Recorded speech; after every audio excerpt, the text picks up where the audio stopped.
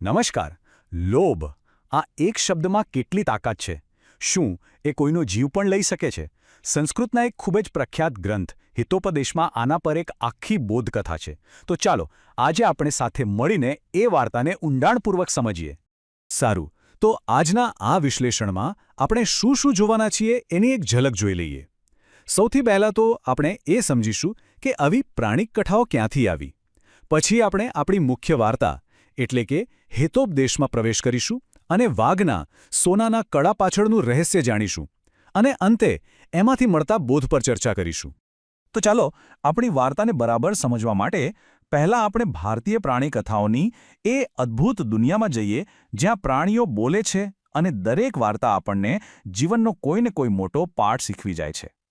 જુઓ, સંસ્કૃત સાહિત્યમાં આવી બોધકથાઓના મુખ્યત્વે બે મોટા સંગ્રહો છે.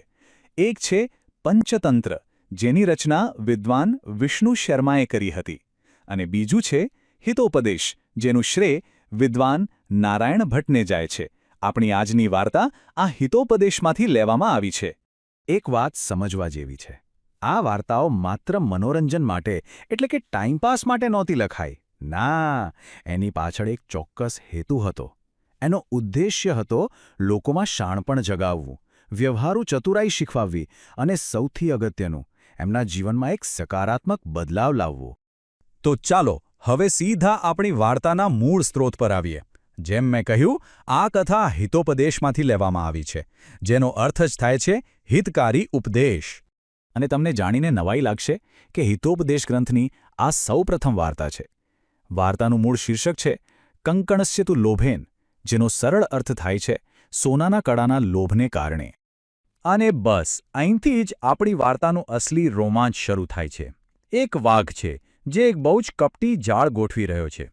વાર્તાની શરૂઆત એક એવા શિકારીથી થાય છે જે હવે શક્તિહીન છે.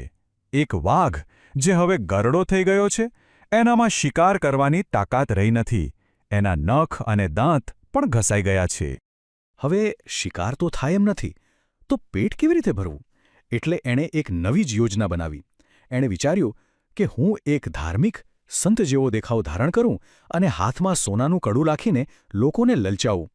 અને એ તળાવના કિનારે બેસીને હાથમાં સોનાનું કડું લઈને ત્યાંથી પસાર થતા લોકોને મોટેથી બૂમ પાડીને કહેવા લાગ્યો, અરે ઓ મુસાફરો, કોઈ ગરીબ છે?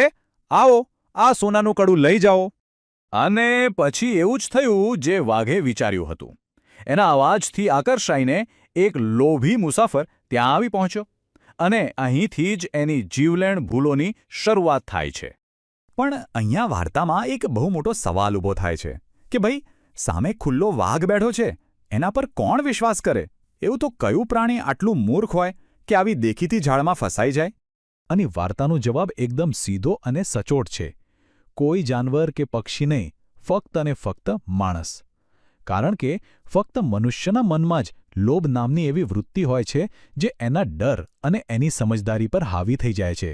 અને તમે જુઓ કે મુસાફર કેવી રીતે તબક્કાવાર ફસાય છે.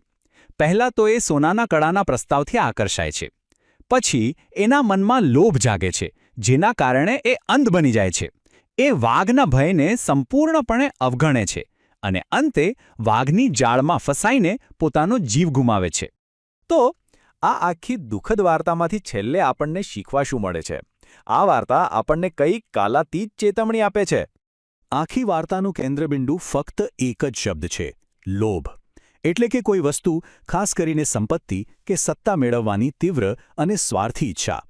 આ જ માનવ નબળાઈ પર આખી વાર્તા આધારિત છે. આખી વાર્તાનો સાર એકદમ સ્પષ્ટ છે. જો એ મુસાફરે સોનાના કડાનો લોભ ન કર્યો હોત, જો એણે પોતાની બુદ્ધિ વાપરી હોત, તો એણે પોતાનો જીવ ગુમાવવાનો વારો ન આવ્યો હોત. એનો જીવ એના લોભે જ લીધો, વાઘે નહીં. फ्रेंड्स, इस वीडियो को पूरा देखने के लिए आज ही फ्लेक्सी टीचर ऐप सब्सक्राइब करें, जहां आपको मिलेंगे animated videos, digital books, text book solutions, notes, DPP और क्विज. और हाँ, flexi teacher app mobile, TV और कंप्यूटर पर अवेलेबल है.